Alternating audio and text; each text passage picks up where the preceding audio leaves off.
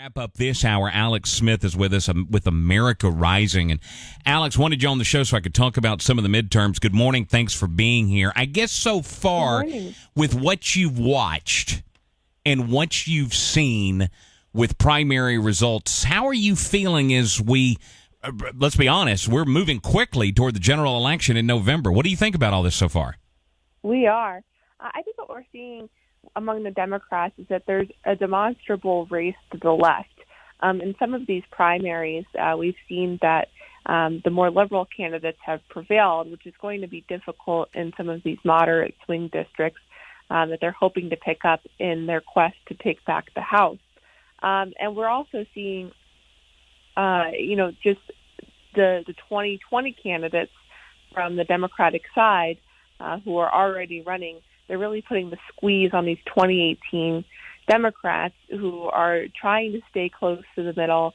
But when Elizabeth Warren and Cory Booker keep talking about things like Medicare for all and abolishing ICE, it's difficult for them to escape those positions. Right. No, those are good points. But you compare that to what's going on here in our state of Tennessee. And I've said for months now, especially when Phil Bredesen tossed his hat into the ring, former governor of Tennessee, is that, this is one that's close to watch. In a Senate, which is held by the GOP by a narrow margin, I think this is one of the... And let's be honest, there's a lot of the Senate seats that are up this year may not necessarily flip. Democrats think they can turn this red seat blue.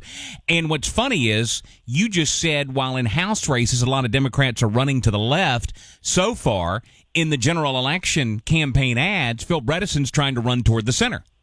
Yeah, absolutely. So, Bredesen is, sort of an exception to the rule right. here in terms of both his ideology or purported ideology, and also in terms of the prospects for the Republicans in the Senate. Generally, what the Republicans are looking at is a pretty favorable map. We have 10 Democrats who are running in states that the president won in 2016.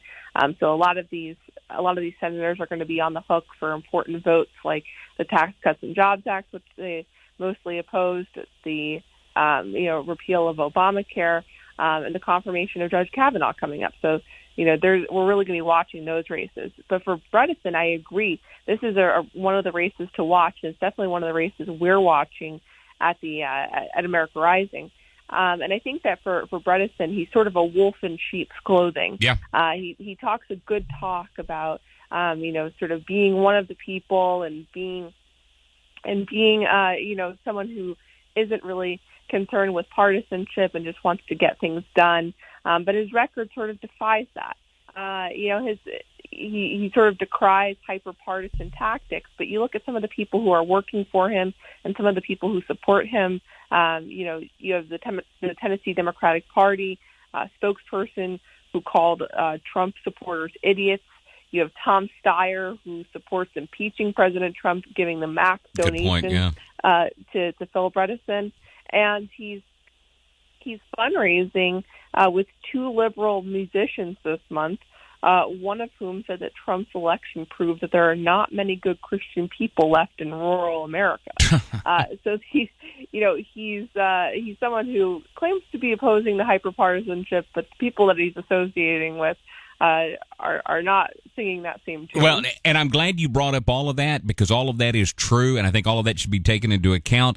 But the bottom line is, Alex, you and I both know that the guy who may have been once the moderate governor of Tennessee, even if he gets elected now, and even though he's an old politician, he becomes just another freshman Democrat senator under the thumb of Chuck Schumer in Washington, D.C. if he gets the seat.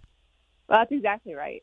We saw this with Doug Jones in Alabama, for example, who, sort of played to the middle, really, tried to present himself as a reasonable guy. And then, once he's gotten to Washington, he's really just sort of become a pawn of Chuck Schumer. I think that the same thing is true of Phil Bredesen. Like Nancy Pelosi, he called the tax cuts crumbs. He opposes Obamacare repeal, and he's urging people to talk up Obamacare as positives in 2018. But he's doing so at a time when the average monthly premiums on Tennessee's individual market went up 277% from 2014 to 2018. And the number of insurers went down during the same period. So, this is a guy who's really sort of not speaking to the reality on the ground there.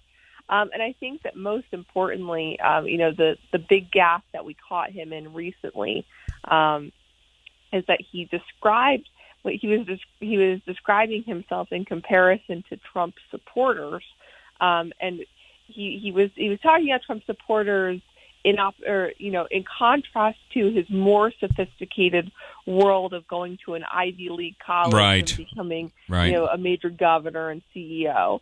So he's sort of putting down the voters of the state. So this is a guy who, he's getting ready to go to Washington and to, fly his private jet up there. Even though he claims to be one of the people, and he's getting ready to, to be just another person that Chuck Schumer controls. Alex Smith, Executive Director of America Rising. Thanks for being here this morning. Thank you so much for having me. 6:50.